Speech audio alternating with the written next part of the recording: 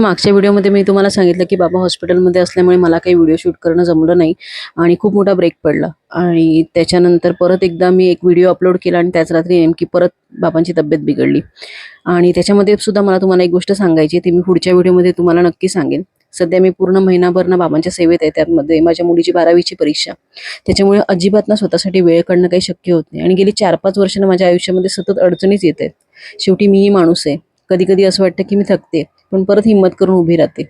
आत्तापर्यंत ना काही आनंद देणाऱ्या गोष्टी होती ना ते मी सतत टाळत होते आणि का तर हे सगळे प्रॉब्लेम्स आहेत म्हणून. पण हे प्रॉब्लेम्स मी आनंद साजरा केला म्हणून संपणार आहेत का? तर नाही, ते तसेच राहणार आहेत.